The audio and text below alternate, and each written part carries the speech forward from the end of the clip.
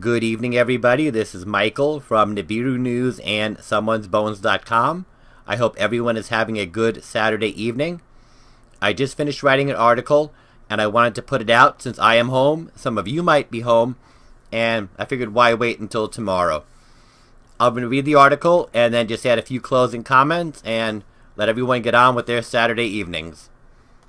The title of the article is Russian-Turkish Forces Clash with Annunaki in Syria, and I will read.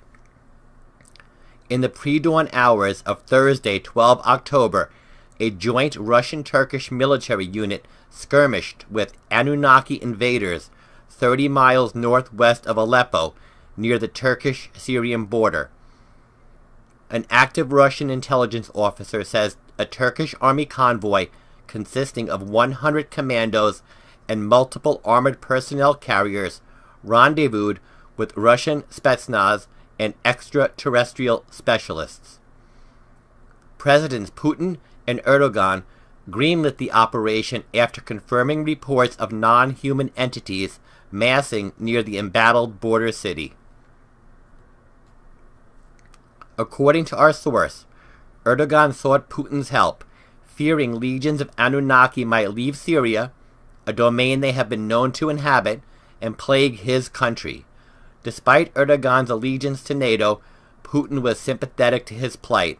After all, Turkey had recently signed a costly deal to purchase S-400 air defense weapons from Russia. Moreover, Putin sees the Annunaki as a scourge to be wiped from the planet, our source added. And I quote our source, Russian special forces have battled Annunaki in the past. In the last 2 years alone, we have lost 3 expeditionary forces to extraterrestrial conflicts in the area. We lost because these creatures seem to have an immunity to ballistic weapons. This time, we had the advantage. We discovered they have almost no resistance to medium-strength energy weapons. How Putin discovered this, I don't know. Maybe tested on a captured Annunaki. He says the military unit employed cutting-edge, vehicle-mounted lasers capable of producing steady bursts of 10 kilowatt energy, which essentially vaporized the Annunaki on contact.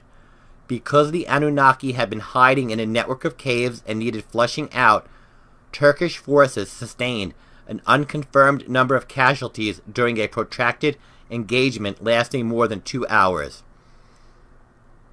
I quote our source again. Many Turkish commandos went into the cave to meet their doom to rout the Annunaki. We do not have handheld units yet. I assume he's talking about weapons. Maybe soon. So soldiers had to draw them out for Russian soldiers to target. Annunaki might be smart, but also not so smart. Had they stayed deep in the cave, the vehicles and weapons could not have reached them, but they kept pouring out from the mouth of the cave to avenge their fallen comrades, and 2 by 2 they fell. As vaporization precludes an accurate body count, he estimates between 50 to 75 Annunaki warriors perished to Russian technology. The Russian Ministry of Defense, he adds, for several years has manufactured advanced laser, plasma, and hypersonic weapons. Despite claims that such weapons have been developed to counter ICBMs, cruise missiles, and drones, they are, he says, intended to defeat threats from, quote, space and beyond, unquote, not from abroad. In 2016, Deputy Defense Minister Yuri Borisov revealed the Russian military commissioned several types of laser weaponry in accordance with the nation's future battlefield policies.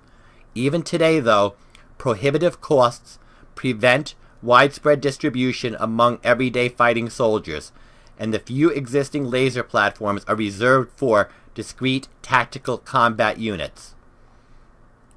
Following Thursday's successful engagement, Putin and Erdogan classified the operation top secret and agreed to withhold any details from media outlets.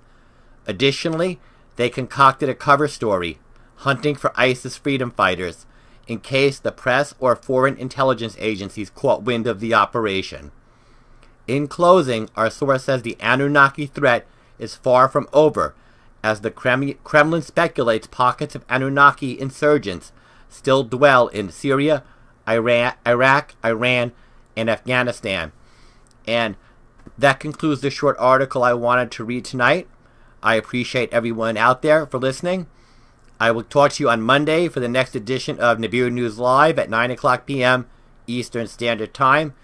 Enjoy the rest of your weekend.